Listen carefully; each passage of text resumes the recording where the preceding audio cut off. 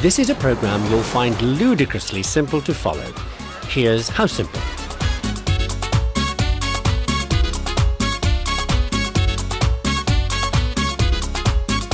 Seguimos siendo la moda como Tommy Hilfiger. And you look at me and say yes, yo that's the nigga que te puso a bailar y gritaron ¡Aleluya! Yo bailo con tu jeva y yo bailo con la suya. Homenaje a Selena, grité la gente que no bailan, entonces que se salgan pa' afuera. Pa' la calle sin cotorra. No te mando pa' la... See what I mean? It's going to be elementary stuff.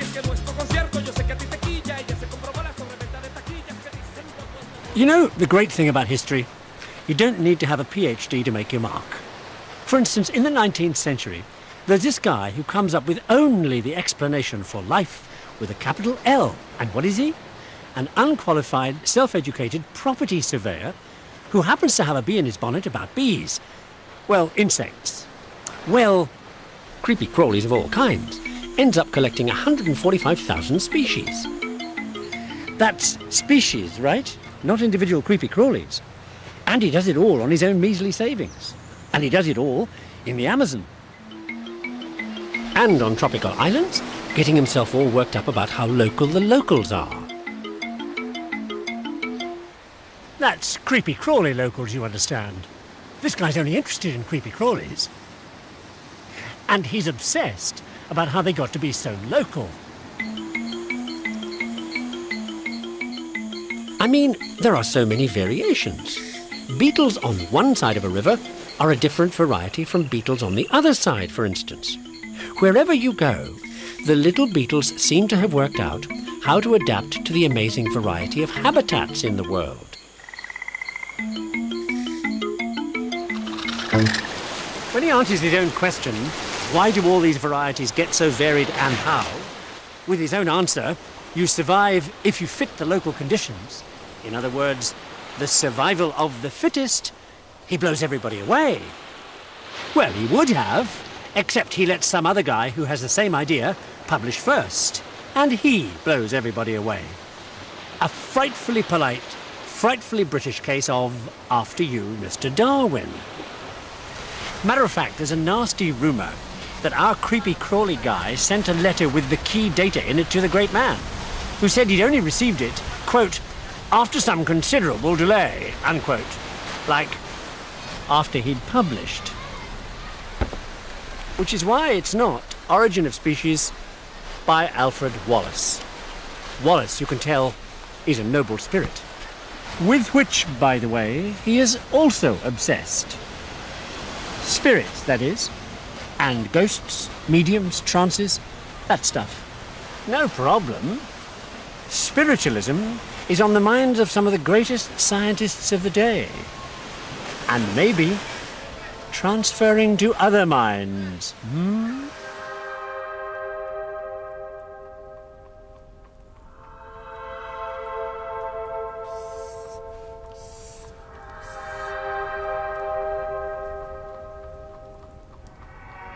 Telepathy is the obsession of another spiritualist, an eminent British physicist named Lodge, who invents those cards you see in all the telepathy tests, with squares and stuff on them.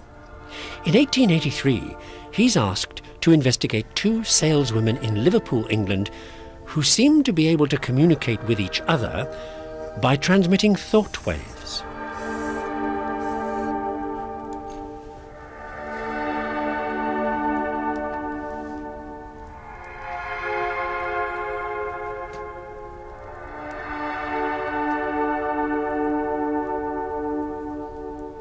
Not surprisingly, Lodge is interested in other kinds of transmission. In this case, with the mysterious new electrical signals. Problem is, they're even harder to detect than thought waves.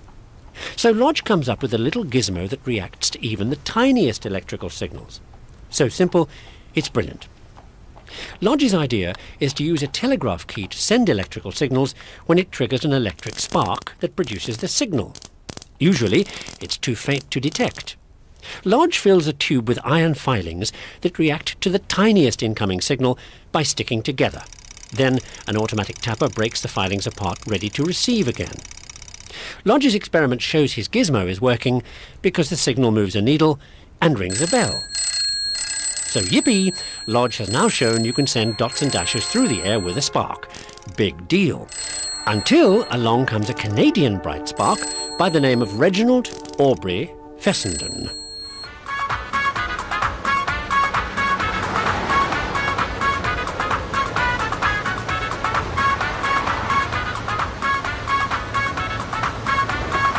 This is Fessenden. No, not the car. This. Arrollando, implacable, con sabor latino es Anthony Camilo, con todos los poderes, vacilando en esta radio, no hay para nadie. Instead of using that spark that Hertz and Marconi and everybody else has been using, Fessenden, who is working for the US government on an amazing new thing called radio weather forecasting, has the idea of using not dots and dashes but continuous waves. Now, how you do that? Get ready for some gobbledygook about transmission and such. Hey man! In 1906, the Jude Fessenden makes electricity with an electricity maker. You know, magnets spin round in a copper wire and make electricity. Okay, this electricity goes up a big antenna and out in the atmosphere. In the electric waves you know about. Now here's Fessenden talking at the microphone. And that turns what he says into little waves. And they go on the big wave and what they call modulated. Yeah. At the other end, you just unscramble it all and you get the first radio with talking and music and all that jazz. Cool, man. Oh, yeah.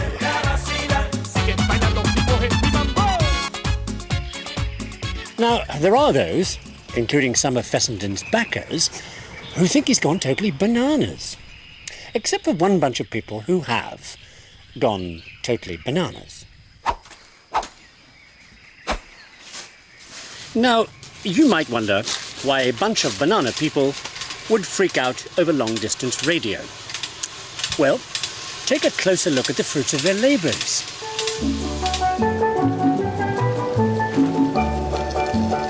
The thing about bananas is they grow so fast. And what that means is, in places like here in the Dominican Republic, you can pick your bananas all year round. And then the clock starts to tick because the second you pick your banana, it starts to ripen. So you've got to get it to market fast. That's where radio comes in, to organise long distance. Get your trains and your ships to the same port at the same time. Avoid train loads of rotting bananas going nowhere. And all this happens because the amazing growth of the banana is only matched by the amazing growth of the banana market. I mean, in America, you can make anything up to 500% profit. Well, quicker than you can say United Fruit, certain Americans with interests in growing investments, like bananas, split to Central America, where they end up owning large bits of these countries and owning large bits of their governments, thus giving the language a new term, banana republics. And a new international musical smash hit to go on the new international radio waves. I'll just play you a couple of bars. Yes, we have no bananas. We have no bananas today. We've broad beans like bunions, cabbages and onions, and all kinds of fruit and say. We have old-fashioned tomatoes, nice Jersey potatoes. But yes, we have no bananas. We have no bananas today. Now, if the reason you have no bananas happens to have something to do with their state of health and such, well, there's only one thing to do. Send a postcard explaining your problem to Switzerland. OK, hold it. We started with Beetle Freak Wallace, who's a spiritualist like Lodge, who invents a way to make it possible for Fessenden to go on and develop proper radio, around 1910, grabbed by the United Fruit Company to help organise their banana business. And if your bananas get sick, the place to write to is Switzerland.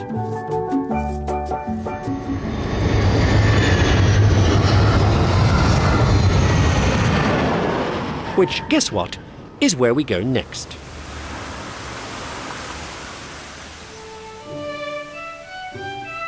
See, back then, Top Banana in Bananas is a terminally boring Swiss botanist living here in Geneva. OK, let's see how long I can hold your attention. This guy is the second in what will turn out to be a long line of family botanists. His name is Condol, and he's a professor at Geneva Academy. In 1882, he comes out with a book in which there's the first detailed botanical description and anything you might ever want to know about bananas. Look. OK, had enough? Condol also produces other books you can't pick up. Gripping stuff, The Age of Trees, How to Give a Plant a Name, the lesser-known diseases of grapevines, and all this described by fellow botanists quite seriously as classics in the field. Still awake? OK, how about this? Take a look at Condol's research notes. How's this for the obsessive noodler's mind at work, eh? Now, the reason this Swiss scientist is so exciting he would cure your insomnia is in this show at all is because Condol does one other thing. He persuades the Geneva authorities here to start using an amazing recent invention, a thing called a postage stamp. By 1874, so many other countries have followed the Swiss example and started mail services that there is a critical postal problem to be licked. Not the stamp. What happens after you stick it on the letter and send it off to foreign parts wherever they may be? Which back then is anybody's guess. So in 1874, here in Switzerland, everybody gets together to standardise everything. Rates, types of mail, that stuff. At the same meeting, they also OK the use of a weird new postal gizmo recently invented in Austria for expressing the sentiment, "Wish you were here." A postcard.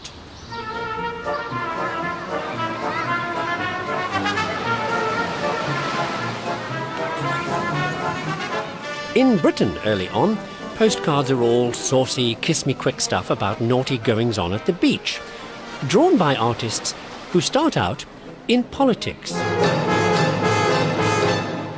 See, these cartoonists get their start in life thanks to a satirical magazine called Punch that kicks off back in 1841 and specialises in targeting public figures like fat cat politicians who are doing nothing about the terrible social conditions and corruption among government officials.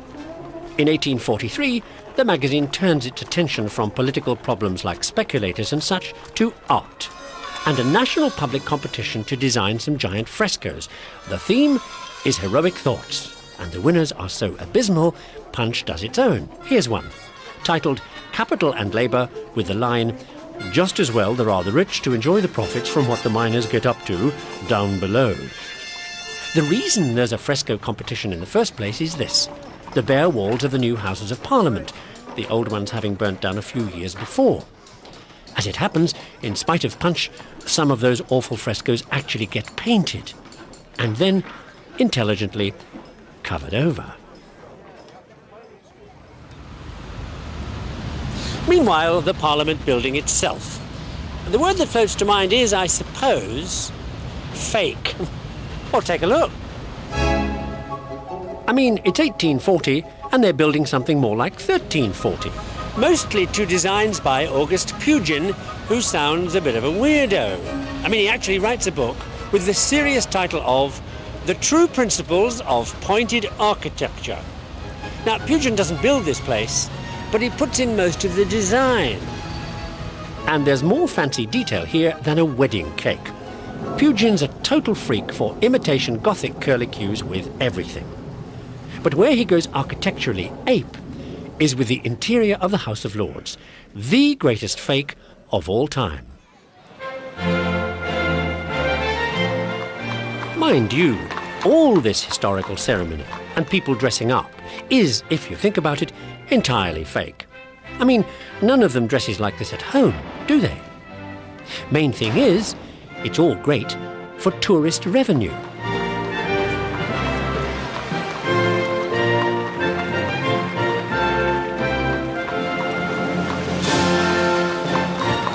My government intends to govern for the benefit of the whole nation. But the whole point of surrounding your fake pageantry with all this fake medieval Gothic is that Pugin and everybody else regards Gothic as true blue Brit, mother of parliaments, home of democracy and all that. No devious influences from devious foreign parts. Ironic, really, given where the mania for this Gothic revival actually comes from in the first place. Devious foreign parts.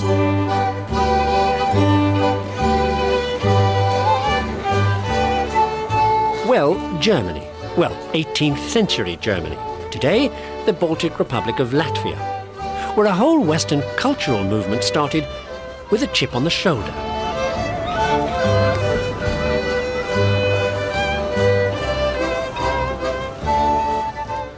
This is the shoulder in question. A teacher called Herder you may not have heard of, because everybody snitches his ideas and becomes more famous than him. Famous like Byron, Schubert and Goethe. But that chip, put it this way, you're a German in 1770. A bit embarrassing that, because there's really no such thing. Germany's about 300 different little tin pot independent states, in one of which Herder is when he has these brilliant thoughts. Here, in the ancient city of Riga. So there's no German national anything, right?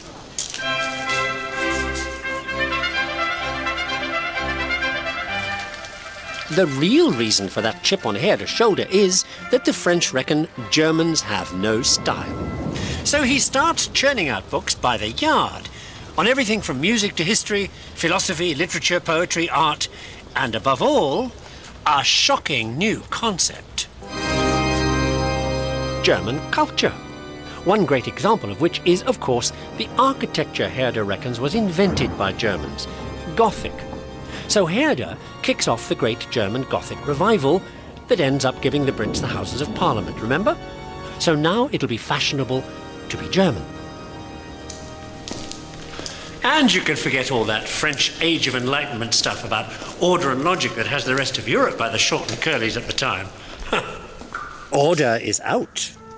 Anarchy is in.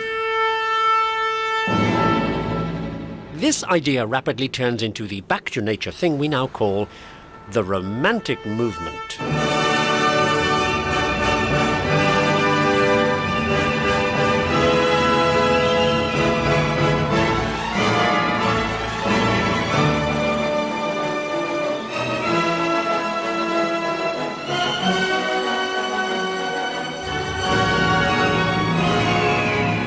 Okay, that's enough of that. Let's take one last look at the business of that chip on Herder's shoulder.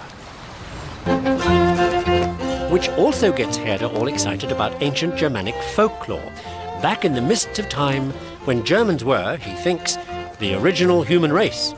An idea which will get some other people excited a couple of 100 years later.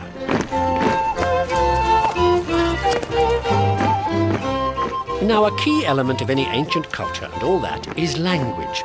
If you could find the ancient original language, you'd be that bit closer to knowing what those ancient Germans were like and why, as Herder says, they were so superior.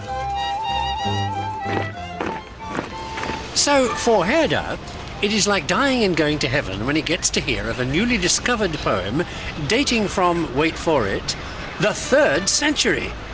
It's in translation, of course. Point being, the original text is so old, it's in a lingo nearly nobody talks anymore. Because here, we're talking ancient tales and legends from the Highlands of Scotland in Gaelic. Hiakiat at an nature shore, a nature breer shore. Now, the reason Herder gets to know about all this ancient Gaelic stuff is because, back in 1760, a Scotsman called James Macpherson is riding all round the Scottish Highlands looking for peasants who'll stand outside their cottages and spout Gaelic poetry for him to write down. If you'll just bear with me till they're settled, I'll get to the point, OK? James Macpherson is behaving in this weird manner for the very simple reason that he doesn't want to see his country Disneyfied, by which I mean letting the English do this to it.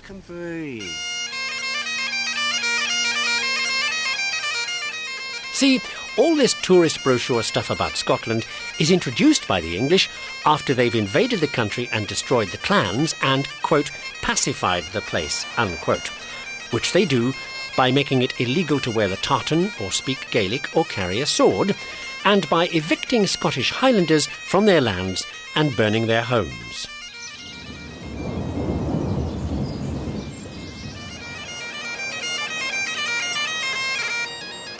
So all this unpleasantness is why our friend James Macpherson is scribbling furiously, because he can see the writing on the wall for Celtic culture. Macpherson hopes to stop the rot by publishing a great 3rd century epic poem he's discovered in the Highlands, all about the Celtic hero Ossian.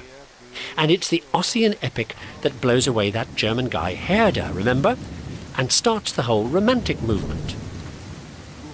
Thing is, the whole epic is an epic fake. Macpherson makes it all up, out of bits and pieces he picks up on this tour of the Scottish Highlands, and a lot of stuff he writes himself. And Ossian fools everybody else besides Herder too. I mean, we're talking an international bestseller in 26 languages. Well, if you're going to fake it, make it a royal fake, right? OK, where are we? That banana scientist, you recall, persuades the Swiss to use stamps on naughty postcards drawn by British cartoonists who ridicule the way their new parliament is fake Gothic, thanks to the Romantic movement, inspired by the great Ossian epic that fools everybody because it's a royal fake. Speaking of which...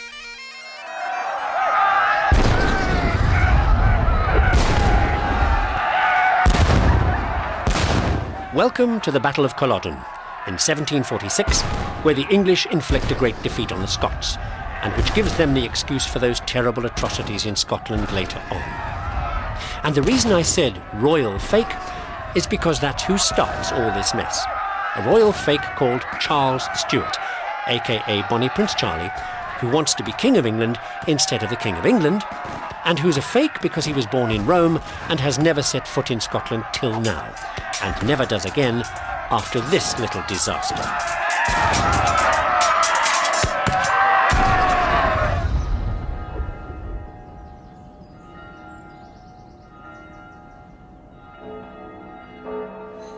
After the defeat at Culloden, Charlie bums around Europe, and in 1770 ends up here in Florence, where he rents the Corsini Palace, where he falls down in a drunken stupor every night after playing himself to sleep with this old Scottish tune, and crying over spilt whiskey, and the Highlanders he'd led to their deaths, and the women he'd let down, and the promises he'd broken, being an international laughingstock and a lousy cello player.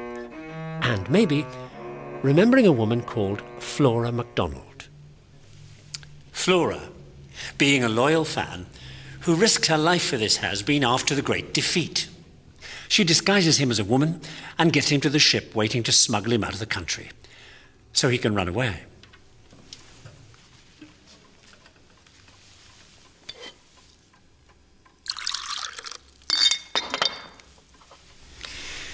And you know, to this day, there are still Scotsmen all over the world who raise their glasses to Prince Charles Stuart and toast the King over the water, conveniently forgetting the drunken old sot, ending his days here in Italy, ignored by everybody and covered in ulcers. Unlike Flora MacDonald, who makes her own escape to somewhere altogether better for the health. North Carolina.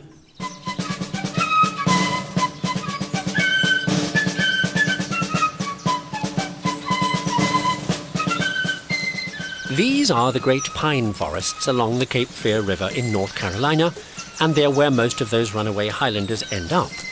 because it's a long way from the English, and the American colonists here welcome them with open arms, and most of all, because these trees are what you might call a license to print money.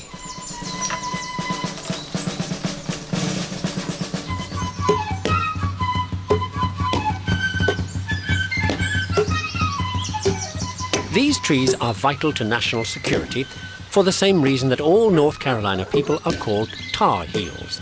Because what you do to keep your navy floating and fighting fit is chop up the trees and then cook them in an underground kiln. And what comes out of them is a black tar. Makes any ship waterproof for life.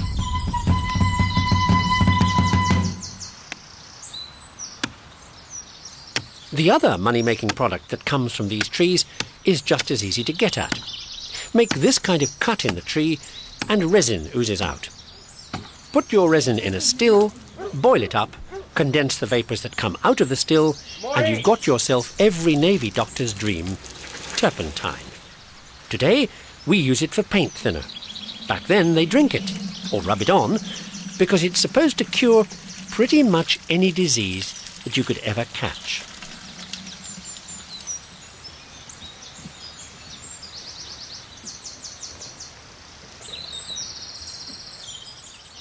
So, in 1775, you're doing all this in North Carolina, you're one of the people helping the British Navy rule the waves. And North Carolina. But not for much longer. One of the reasons American independence is such a pain for the Brits is they lose their North Carolina turpentine. And now here's a really weird connection. North Carolina was originally named after King Charles II, who was also crazy about turpentine, but for a very different reason.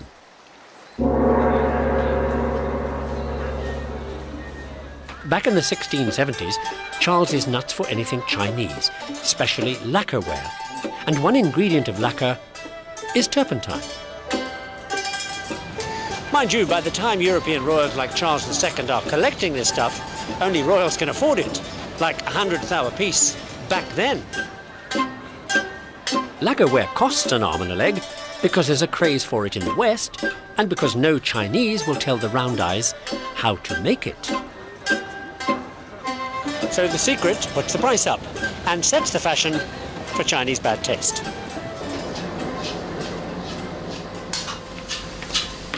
Eventually, the crafty Westerners work out that turpentine's involved with the lacquer in some way. Around 1720, some Welsh genius comes up with a fake lacquer recipe. He calls what it does Japanning. Well, Japan, China, nobody in Europe knows the difference. Okay, here's the Welshman's recipe. Take 1 part linseed oil, mix with 1 part umber and 1 part iron oxide, strain the mixture after heating it up, and then boil the whole thing up until it's thick like tar. Here's one I prepared earlier. Dilute with turpentine, and you have yourself a varnish that's close enough to the real thing to pass for Chinese. Or Japanese, what do they care? This trick makes a small Welsh town famous all over nowhere for what becomes known as Pontypool, name of town, Japanning, name of lacquer. Now, you'll have seen Pontypool Japanning before, if your great-grandmother put her tea in a tin like this. Because the other thing Pontypool is famous for, back then, is the very thin sheet metal they make. At the first really good iron rolling mills in Britain. So that Welsh lacquer isn't developed for use on wood, which is expensive, but for use on tin plate, which is cheap.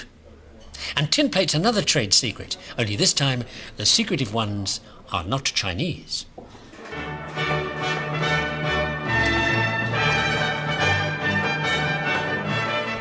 They're Germans, which is why this guy, French Secretary of State Colbert, is making overtures to them and any other foreign craftsman to come to France and get French industry out of the ash can, where it's been since the king spent all the country's money.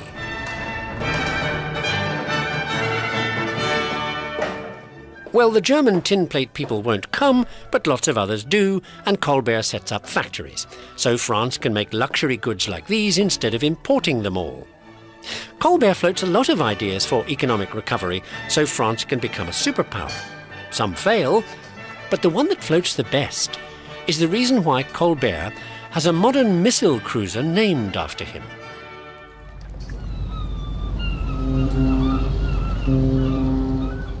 Today's French Navy is only there because back in 1665, when Colbert arrives on the scene, there is no French Navy worth talking about. A few rotting hulks, all chiefs and no Indians. And as for the mariners' morale, well, sinking fast. Colbert himself gets particularly ticked off when he finds out that one day, when they need a spare mast, there isn't one to be found in the entire country. So he pumps in money up the naval yin-yang and turns the whole situation around. He opens new training schools, new arsenals for weapons development, and above all, new shipyards. Here, here, and here. And it all works brilliantly. In no time at all, there are 120 new French warships, backed up by everything else navies are supposed to have. Guns, ammo, that stuff. Thus, putting France back into the superpower league. Matter of fact, Colbert and his grand plan for France is why today, all over the world, they still speak French in much of Southeast Asia, Africa, the Caribbean, and of course Canada. Ex-colonies, thanks ultimately to Colbert. Now, Colbert can't do miracles, so all those new French ships he orders are well equipped with Swedish cannon, Prussian naval stores, Dutch ammunition, Italian masts made of Polish timber designed by English naval architects and built by Dutch carpenters.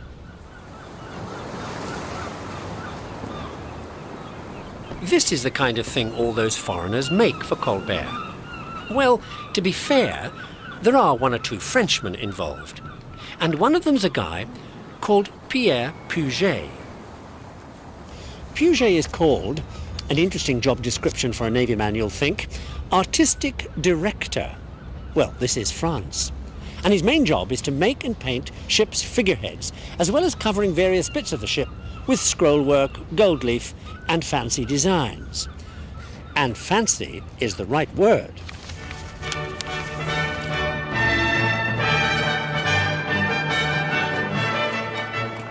As one government bureaucrat remarks, Puget's decor makes his ships look more like palaces.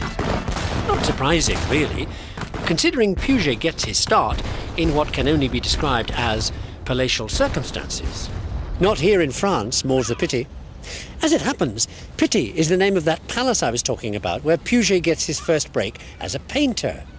The Pitti Palace in Florence. The Grand Ducal Palace of the Grand Dukes of Tuscany, which we'll get to in a minute. Meanwhile, time for another catch-up. After helping Bonnie Prince Charlie to escape, Flora MacDonald heads for North Carolina, where they produce naval supplies like tar for waterproofing ships and turpentine that helps to make Chinese lacquer that a Welshman puts on tin plate that Colbert wants France to produce as part of an economic recovery package, which includes a new navy with ships decorated by Puget, who gets his artistic start at the Pitti Palace in Florence, where we go next.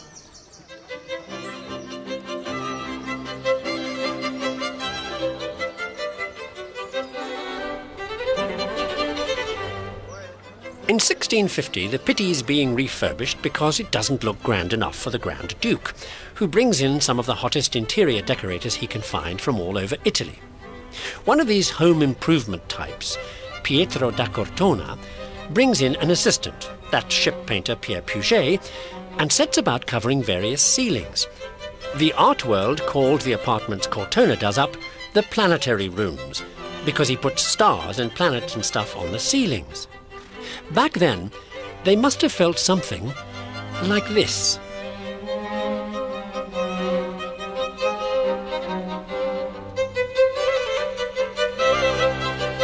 The point of all this heavenly decor is the Duke is crazy for the new astronomy coming from his favourite egghead, Galileo. In 1657, the Duke and his brother start an Academy of Science so they can network with other nerds. This gives his dukeship the chance to pick up on the latest amazing discovery by Galileo's assistant Torricelli, who plays with a tube of mercury and discovers the space at the top of the tube. Nothing less than the thing the Pope says doesn't exist. The vacuum. Now, if you ask anybody who worked on the vacuum after this and discovered you could compress air and what it did when you did, they'd say Boyle, of Boyle's law. Nobody remembers, except every French person, that in France, and only in France, it's called Marriott's law. One other thing Marriott gets up to is looking at how fountains work. Now, this involves a water supply, and Marriott works out, with astonishing perspicacity, that most of the water supply around almost certainly comes from the sky. So Marriott moves on to weather forecasting, sets up a reporting network all over France. Of course, by the time the reports get to him, they're a little out of date. As usual with Marriott, somebody else has done all the work, a guy named Pierre Perrault, who's another perspicacious genius. He reckons that if rainfall is the source of supply for fountains, it's probably what fills up rivers too. So he spends a year measuring the total rainfall on the River Seine, and announces that the River Seine is unlikely to dry up. Well, since it never has, Perrault's astonishing scientific revelation doesn't make much of a splash. Still, he perseveres.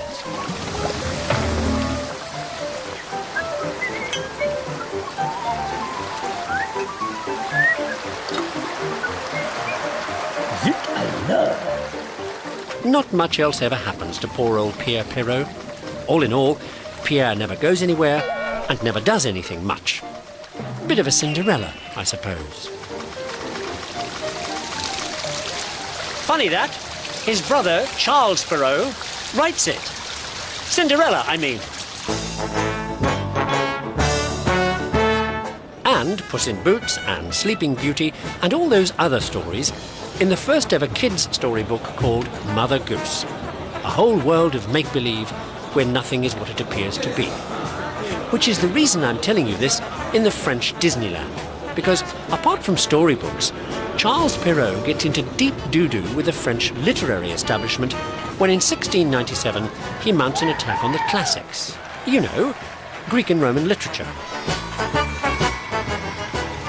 And then he goes totally off the rails by describing everybody's big hero, the ancient Greek philosopher Plato, as boring. And then making remarks like, who gives a rat's ass anyway about all that ancient Greek and Roman stuff? We know far more than they did about everything. Well, all this goes over like a lead balloon with the French Academy, of which Perrault happens to be a member.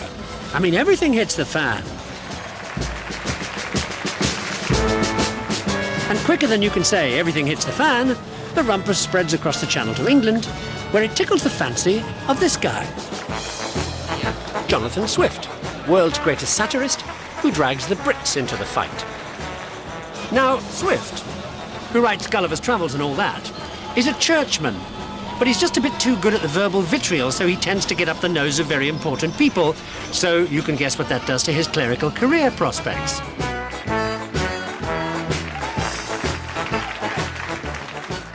See, back then, the way to a comfortable life, lots of food and wine and not too much work, is to become a bishop. Well, Swift doesn't, but he does get to know one. Bishop George Berkeley, after whom Berkeley, California is named. And Berkeley, or Berkeley, is the guy who comes up with a totally and radically new way of looking at looking. So far out that his contemporaries reckon he's gone way over the top.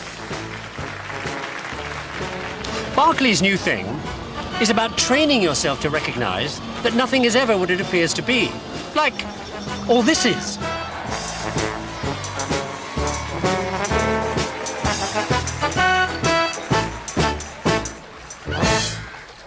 Okay, here's Berkeley's idea about how we look at things and recognize them.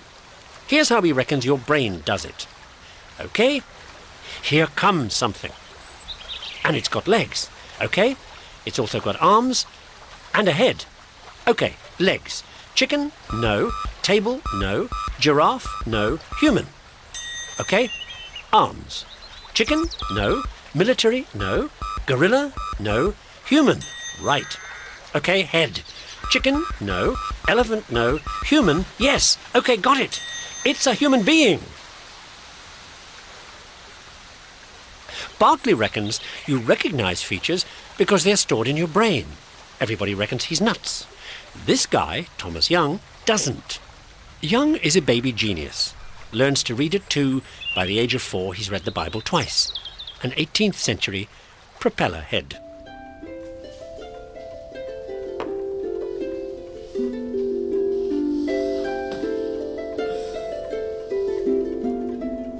In 1793, in London, Young takes a candle, a lens, and a prism and picks up where Berkeley left off.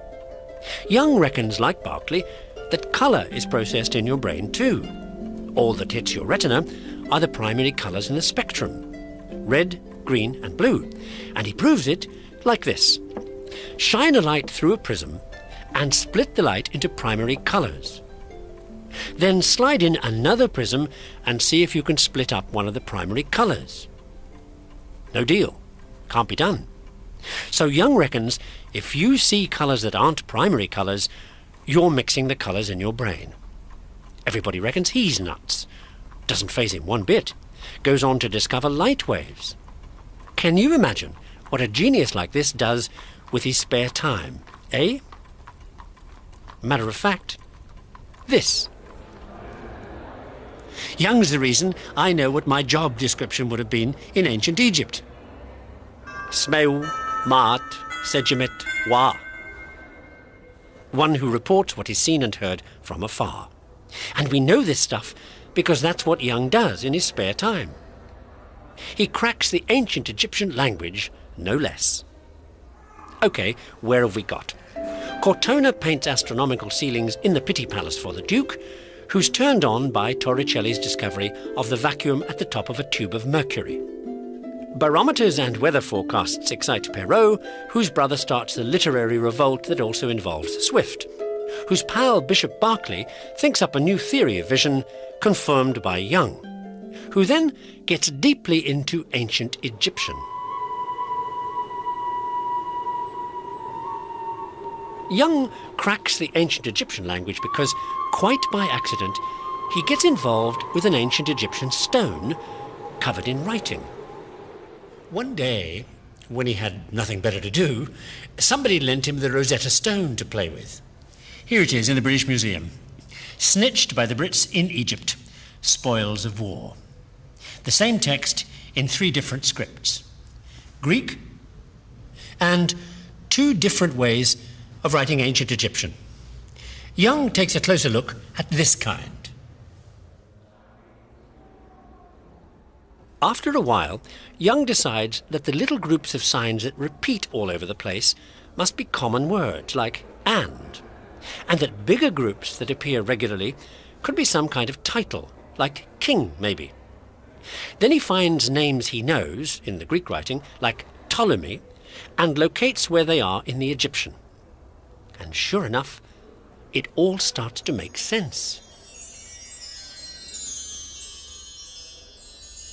Once you've done that with this kind of Egyptian writing, you just repeat the trick for hieroglyphs. All this you can do thanks to this giant book, produced by Napoleon scientists after they invade Egypt in 1799, where, as I mentioned, the Brits clobber Napoleon and then grab the Rosetta Stone. Thing is, the book's got a zillion drawings of what they all saw up the Nile, including a load more inscriptions for the hieroglyph codebreakers to work on. And there are all these drawings because of the speed those Frenchmen were working at up the Nile, getting the lead out, in more senses than one. Because France has just solved the great French pencil crisis. See, because of the war with England and everybody else, French imports have been blocked. So pencils, which they have always imported, are in short supply. By 1795, things are so desperate, they're licking their stubs. And then French genius solves the problem. fellow called Nicholas Conte invents a mixture of graphite and clay, and voila, an amazing new artificial pencil lead. That's why that giant pencil sketchbook got done up the Nile, and then published by that pencil inventor Nicholas Conte. Successful guy. A bit of a high flyer, really.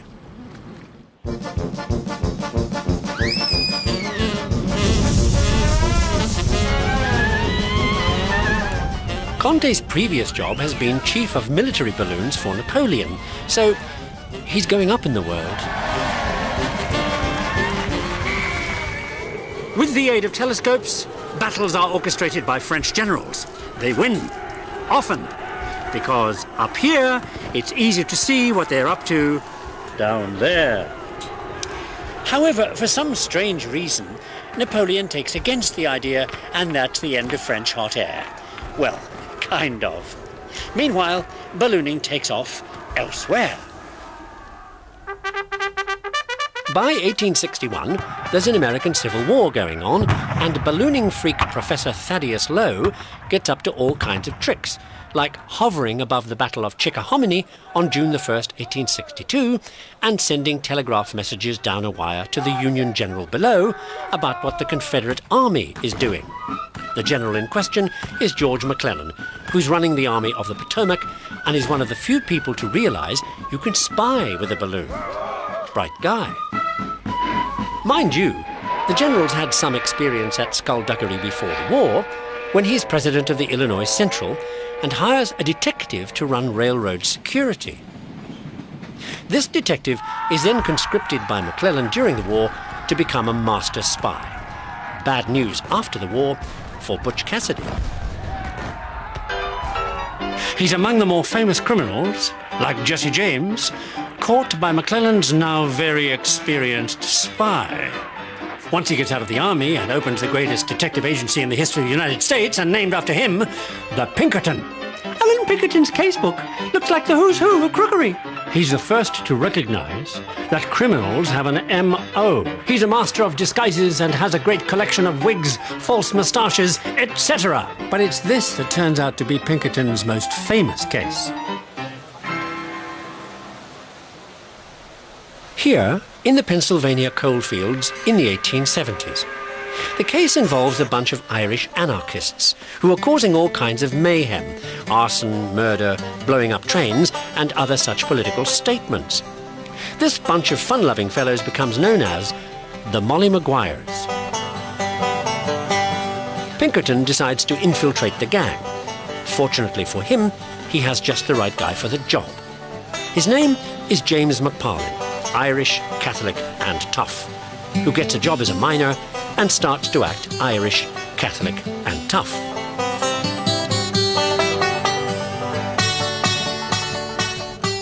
For 2 years, he sends Pinkerton secret reports and avoids killing the people he's been ordered to by taking to whiskey so the Mollies will think he's a hopeless drunk, and becomes a hopeless drunk. Finally, just as the Mollies are getting wise to him, he gets out by the skin of his teeth with enough evidence to bring the Mollies to justice. They hang 13 of them.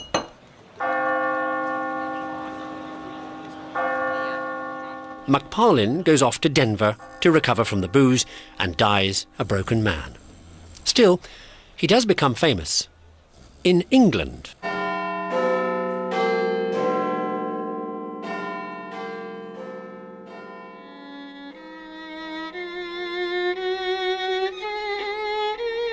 This is where McParlin would have become famous. If this place had ever really existed, or the fellow who is supposed to have lived here, neither of which ever happened. But you try telling that to the fans, who've been making the pilgrimage to this place for the last 100 years. And who, 100 years ago, learn all about McParlin in a novel called The Valley of Fear, based on McParlin's adventures with the Molly Maguires. But not starring McParlin. Oh no. Starring the guy who never existed, who didn't live here at 221B Baker Street, or wear a deerstalker, or play the violin, or smoke a pipe, or have a physician's sidekick, or take dope. Because here is where my story ends. So let me review the clues and see if you can guess who never lived here. Beetle Freak Wallace, Lodge and Telegraphy, Fessenden's radio, used by banana growers, top banana in banana science, Condol, who gets the Swiss into stamps used on postcards, with cartoons of the Gothic Houses of Parliament, inspired by Herder's Romantic movement, inspired by fake Scottish poems. The exiled Scots escaped to North Carolina, making turpentine, used for making Chinese lacquer on tin plate Colbert wants. French Navy decorator Puget, who paints places where they play with barometers. The weather freak, whose brother's writing turns on Swift, whose pal Barclay has visual theories that Young confirms while decoding ancient Egyptian from examples sketched by pencils invented by French balloonists.